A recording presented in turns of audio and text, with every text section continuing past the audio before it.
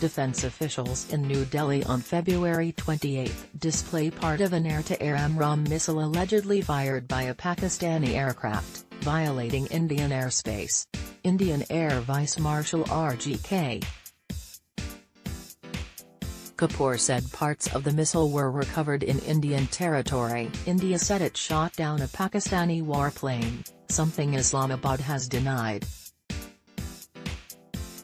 Manish Swarup AP, by Samir Lalwani and Emily Tallow. April 17 with voting underway in India's general election, February's Kashmir conflict is likely to weigh on the minds of voters, especially given last week's social media uproar over the reported downing of a Pakistani F-16 fighter jet during the crisis. The controversy flared up when a foreign policy article stated that the Pentagon had accounted for all of Pakistan's F-16 jets.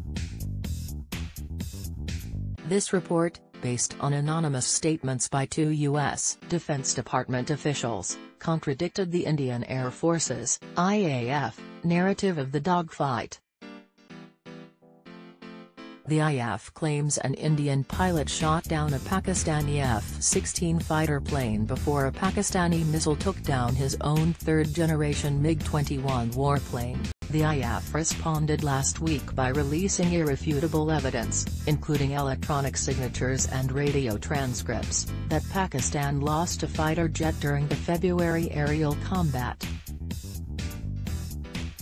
A number of U.S. and Indian defense analysts called the evidence circumstantial.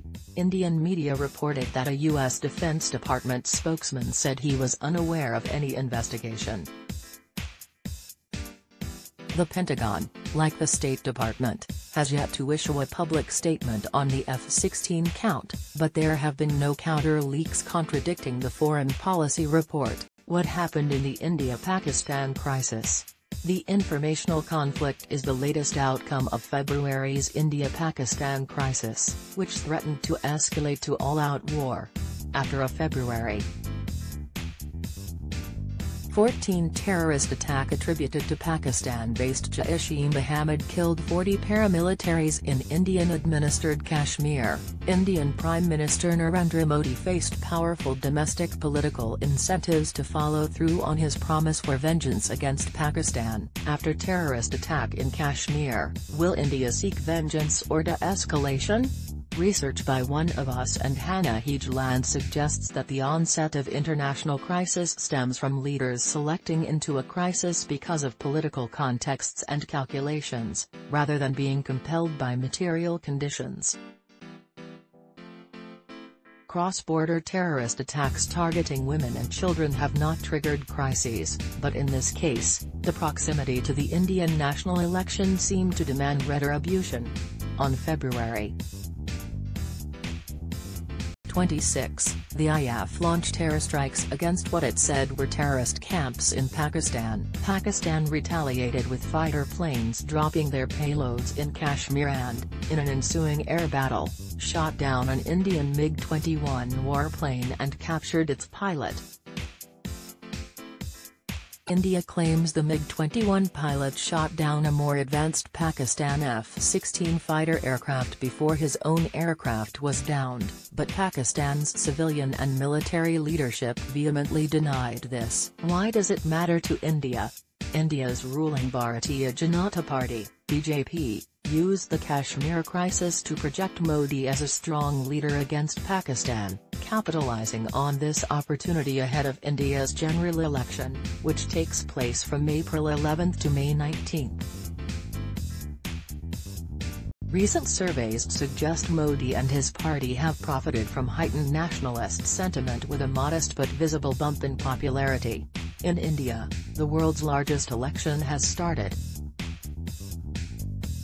Keep an eye on these 5 things, but these latest details about the India-Pakistan air battles threaten to discredit the BJP narrative and undermine its electoral prospects. Open-source satellite imagery suggests India did not hit any targets of consequence in the airstrikes it conducted after the terrorist attack on the paramilitaries.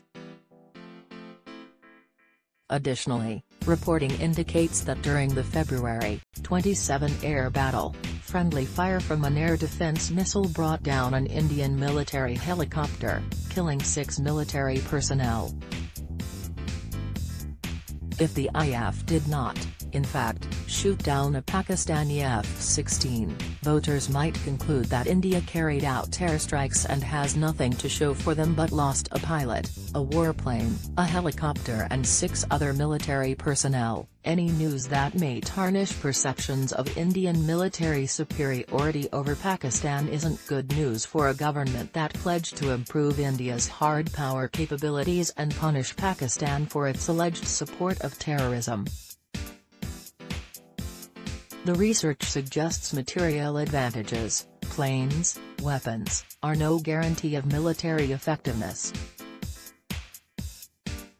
This will no doubt raise questions both inside and outside of India about the IAF's conventional advantage if it is unable to punish a weaker adversary to re-establish deterrence. This could encourage Pakistan to behave more aggressively in a future India-Pakistan crisis. Both countries are nuclear powers, so any conflicts between the two raise deeper concerns about the risks of escalation and a mushroom cloud over the subcontinent. The Kashmir attack could prompt a crisis in South Asia. Here's why: will there be fallout for the Indian military? Its competence and professionalism could also be called into question if it turns out military leaders knowingly defended an inaccurate position, particularly a partisan one that bolstered the BJP's electoral narrative. What does this controversy mean for the United States? The United States also has high stakes in the F-16 controversy because of its interest in India as a rising power in Asia. Washington would no doubt have preferred to see India acquit itself well in the recent India-Pakistan conflict.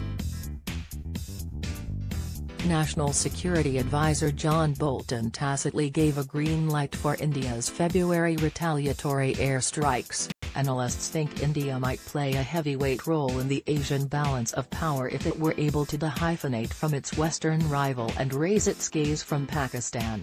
This might happen if the India-Pakistan conventional military asymmetry were sufficiently stark such that Pakistan wouldn't even dare retaliate, as the Indian analyst Shekhar Gupta suggests.